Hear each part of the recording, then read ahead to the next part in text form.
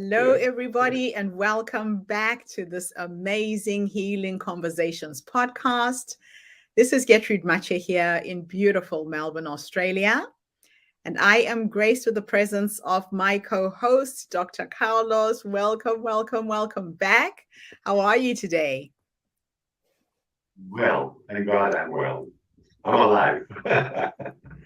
Being alive is a celebration for sure. So we've had a couple of episodes with this amazing podcast, Healing Conversations. And what is going to be our focus for today? Well, I was reflecting over this days that we haven't seen each other about this shift that has happened in society towards becoming a digital society. A digital means a numerical society. Digits are numbers. So we are in a numerical society. I don't want to say that the society where we came from was better or worse. I'm just concerned about this one we are acceleratedly moving into. And in my perception, I respectfully submit that it is lacking heart, it is lacking contact, it is lacking touch, it is lacking presence. Everything is very fast, like those sounds in the background. Everything is recorded, everything is fast, everything is moving. And it's moving to a calculation in which, and I don't want to say that we have lived in democracy, but we definitely are moving out of democracy. Because in democracy, theoretically at least, we live, we express, and we listen again. There is a supposition that we come together to listen to each other, to have a discourse of different points of view so that we can come to a better point of view. Democracy theoretically was born in Greece. What is it, 2,500 years ago? But it really began to be exemplified in the French Revolution when the three powers, the legislative, the judicial, and the executive, had defined roles, and the people assigned who was going to represent them there. So there was in the political system, not being perfect at all, but there was a dialogue. What do we have today? And this is my concern. I see in young people that they're hooked to the computer. I see that they converse with others through the computer and make friendships that way. Today, they even meet girls and boys this way. And through the applications, they end up either being together, being married, or being disappointed.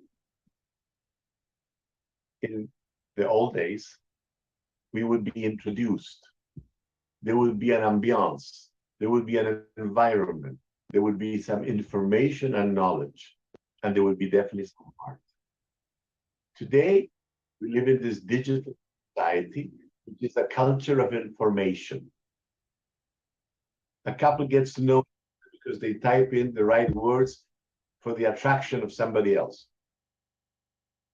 And then we, as individuals, begin to have very little to say because we have changed into an information age that lacks consciousness.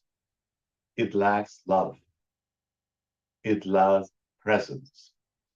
But it is digitalized. And the digital state leads to what we call algorithms. And algorithms are the new political way to control society because humanity needs to fit in to certain formulas in order to be useful. We get pleasure from likes in Facebook. We don't get pleasure with going dancing all night because young people, instead of going dancing, get drunk. they numb themselves, they disappear from being present. And that is called partying today. When I got to go to parties in my teenage or post-age years, we had a drink, but it wasn't to numb ourselves. Maybe it was to relax a little bit, the separation and the tension. We live in a culture of separation. We live in a culture of non-touching. We live in a culture in which everything can be measured. And that measurement is monetized. That means you and I are not valuable as expressive human beings, as so we are monetized. The data that we provide to the system that can go into the algorithm. I'm saying that this supply, the data can be sold. We are meaningful in reference to the amount of data that somebody can mine. And it's called mining data. And the more somebody can get, the more power they have. And we see the president, a very powerful and rich man. He was the youngest billionaire in the history of the world. Does he have a heart? I have not met him, so I don't know. It looks like it's all very digital. It's all very computer. During this week, I've been dealing with this death of democracy and appearance of infocracy. Infocracy, a crazy, not a crazy of demos, a crazy of information. And it doesn't who we are anymore. It matters how much data can be mined and how much data can be sold. It used to be controlled by a system that would provide food for us. That, what I mean is having a job, having money, and being able to eat. Now we are psychopolitically controlled by robots, by bots, we call them, and tell us things. It's fine. Whatever you feel is fine. Whatever you do is fine. If you feel angry and you want to go shoot somebody, go ahead and do it. Why? Because it's fine. We have lost values. We have lost nobility, loyalty, love, even family, even presencing. There are so many values that our society, and particularly in our more, so to speak, developed society, which I don't think it's I think the Native Americans and the Native Africans and the Native Southeast Asians and the Native South Americans have much more development from a human perspective than this mechanistic way in which everything is sold. We are in a marketplace, and not the food, but ourselves are the objects to be used in this market. So when you ask, what is it that we need to do? I think it's to bring more and more awareness, but gun violence. But let's ask the question, why is there so much violence? What is that is taking place in a human being that he goes every weekend? Somebody gets shot in a mall. Every weekend in the United States, there's either or in a parade. I have a patient student who was walking, playing an instrument a few feet from where those people were shot in Hancock Park in Chicago a couple of weeks ago. And of course, totally stressed, he's totally anxious, he's totally post-traumatic stressed. We have to change our legislation in the availability of guns. And from what I just said, I am at risk because those powerful producers of weapons and sales people of weapons have one goal in mind, which is to make money, and money from the sale of these machines, which are even too much for a war and much worse to be used candidly in everyday life, in a mall, in a school, in a parade, in a concert. We've had examples of non-discerning qualities ruling the killing. And you know, when somebody gets killed, they don't get to tell the story.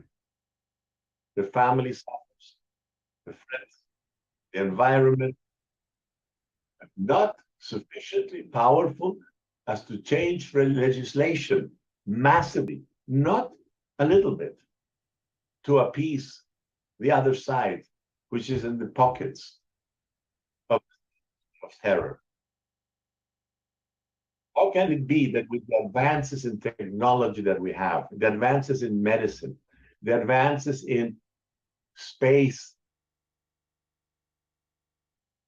I don't want to use the word conquest, space discovery. Yes, we still have not developed the power to stop human trafficking, to stop guns and drugs, because we've given more value to money than to anything else on this planet.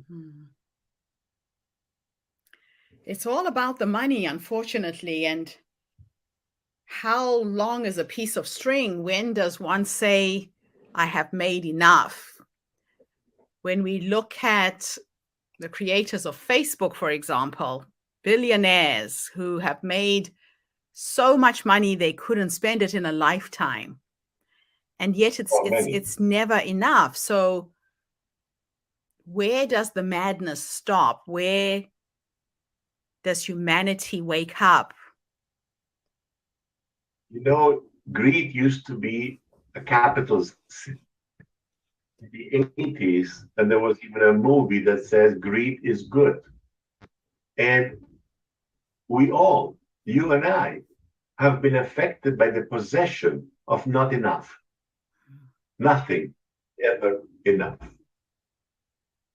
Because we don't turn ourselves inward and find what is within. Satisfaction, which means satiate in action. Satisfaction is looking within and going into that inner action, which is the discovery of the beauty, the transcendent, the eternal, the cosmic within ourselves. Show me one school, except maybe a few here and there in India, here and there in some developmental advanced communities, where the children get to learn meditation, where the children get to learn satisfaction. They're all driven. They all want to get somewhere. They all want to become somebody. And they don't see that they already are the somebody they're aspiring. And therefore, the anxiety with which they live is scary.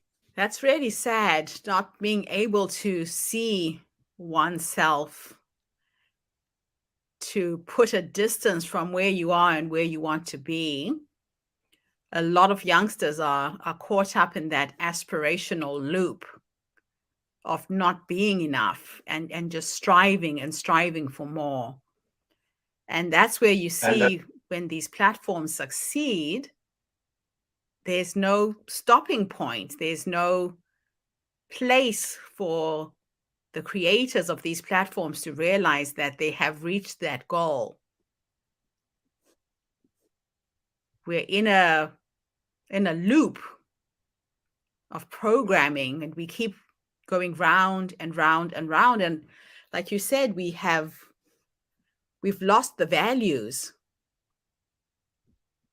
Value system has disintegrated, and how do we restore that?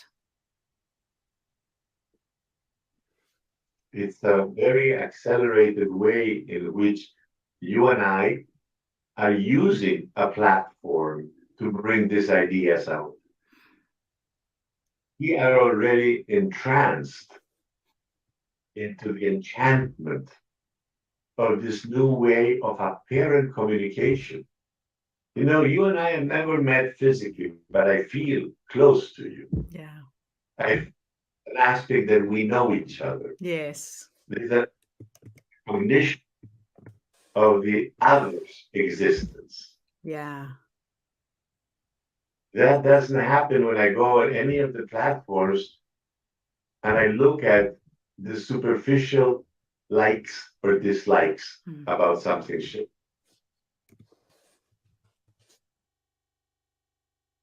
And those likes and dislikes, they say that when people engage on social media, it triggers the endorphins in your body, these feel good hormones that surge through the brain. And people get excited by a tick or a like given to them by someone they don't know. And that's why people keep going onto social media, wanting to consume more content, wanting to create more content to get that feel good experience that may or may not actually work for them. Apparency of contact, apparent other. You know, I got to the limit of friends in Facebook a while ago, and I posted something. I said I have so many friends. I have 5,000 friends because Zuckerberg doesn't allow 5,001. That's his limit. Yes. And I said, how many of you are going to come to my funeral? Dear friends. Yes. And began to eliminate people, myself, because they were not friends. It's not that you have to be a friend and come to my funeral. That's not the reference. But the reality of it is that it's a misuse of the word friend. Like I see it in my children. This is my best friend. Really? Let's see. God forbid, have need. How much this best friend is going to sacrifice his ego to really support you.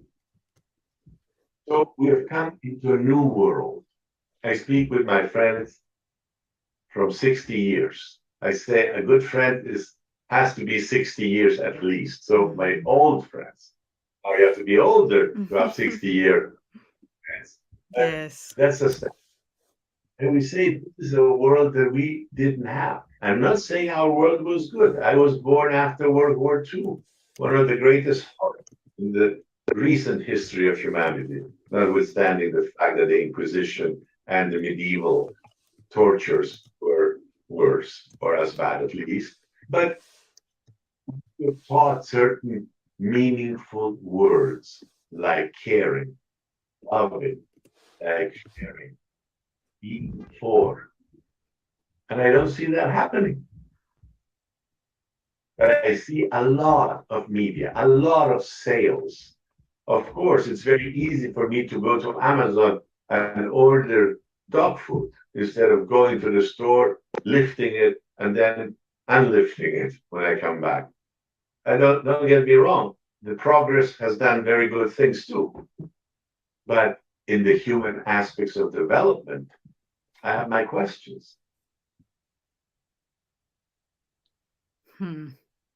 So we are moving further and further away from each other, mostly because of the technology that is out there. Kids are no longer playing the way we played. I remember as a child, you'd be outside climbing trees, creating imaginary worlds. Children are mostly stuck indoors. They have no social contact with other kids their age.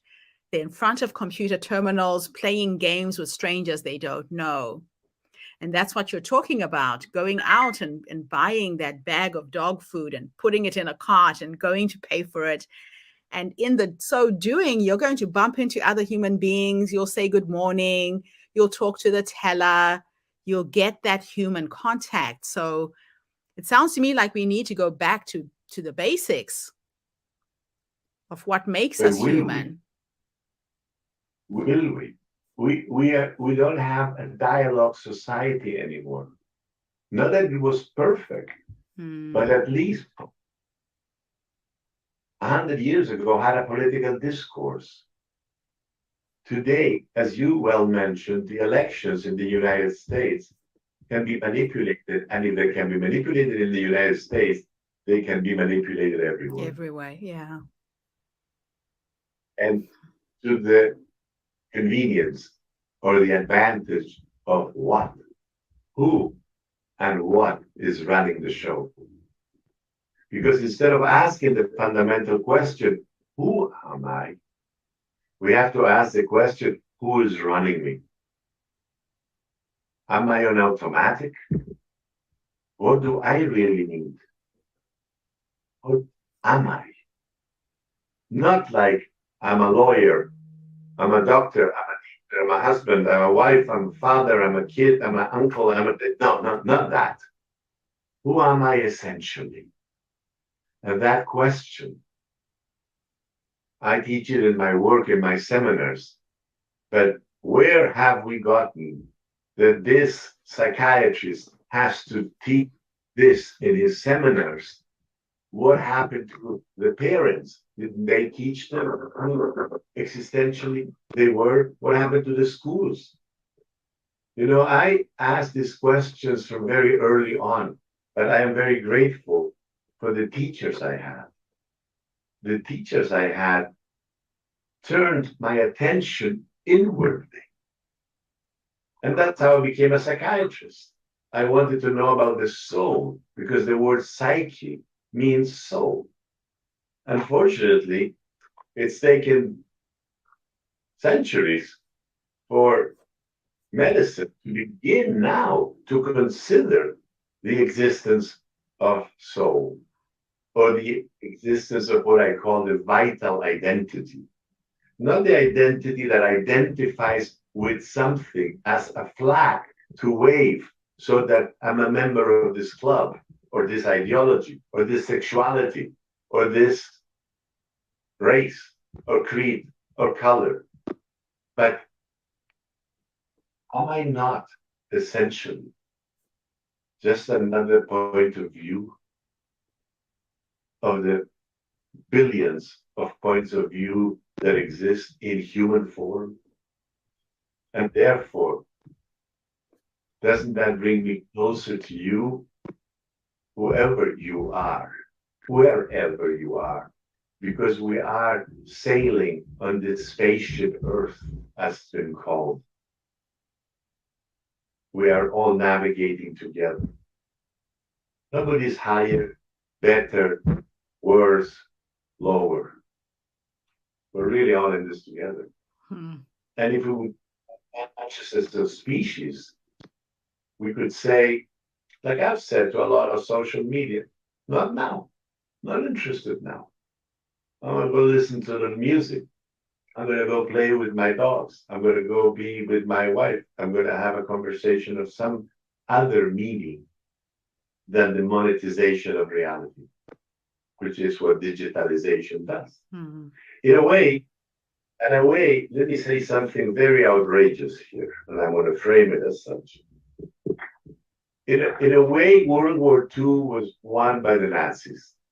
And let me tell you why I think so.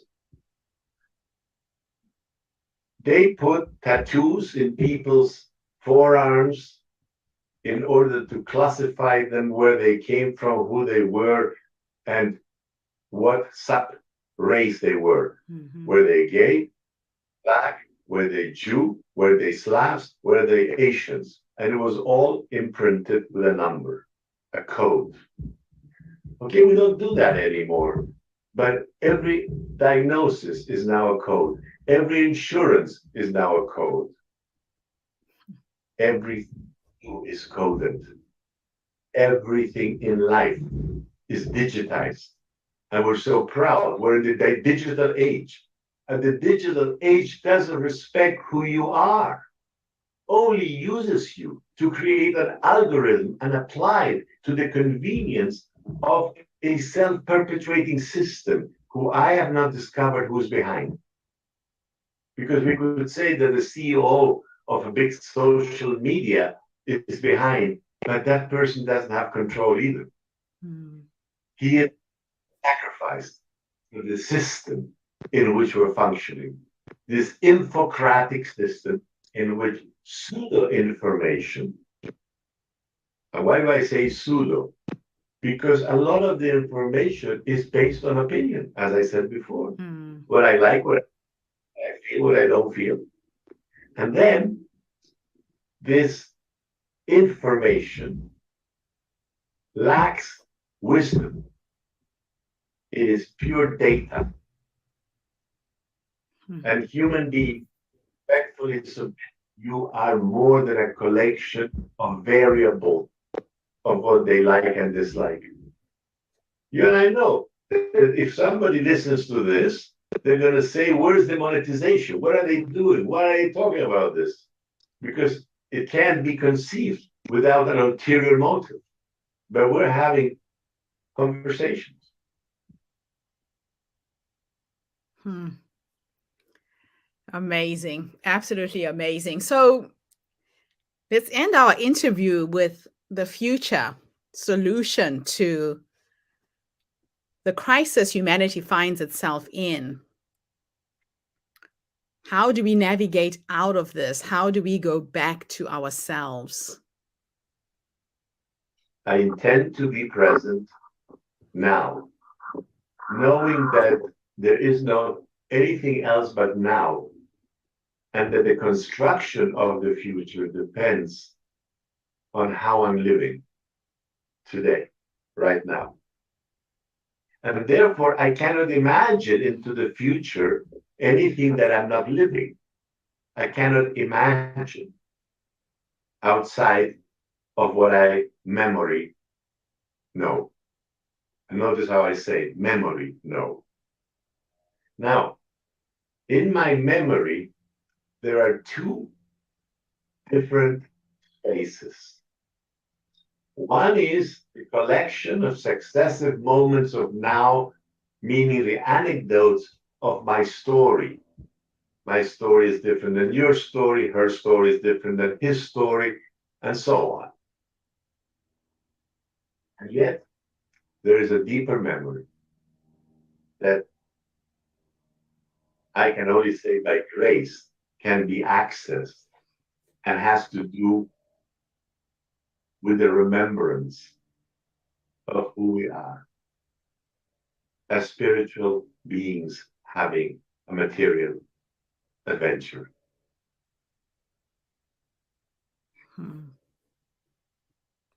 I love it. So there is only now. And I think if we all go back to just being fully present to that, that is the place we start, and being very, very conscious of how you are being in every waking moment, how you are paying attention to the person standing in front of you when you're having a conversation, when you're connecting with your children, with your wife, with your husband, with your partner, with your colleagues at work. Are you being fully, fully present? I was telling my wife that I had a meeting with a colleague of mine, and there was not a drop of empathy that I could extract from this human being who deals with mental health, who deals with people. I couldn't find it. He was sitting in front of his computer, typing very fast. I even made a joke. I said, you young people type so much faster. I've written 20 something books with two fingers. Oh, you think I got a smile from him? Nothing. Nada. Absolutely gar So very much asleep. We are sleepwalking through life most of the time and not present. And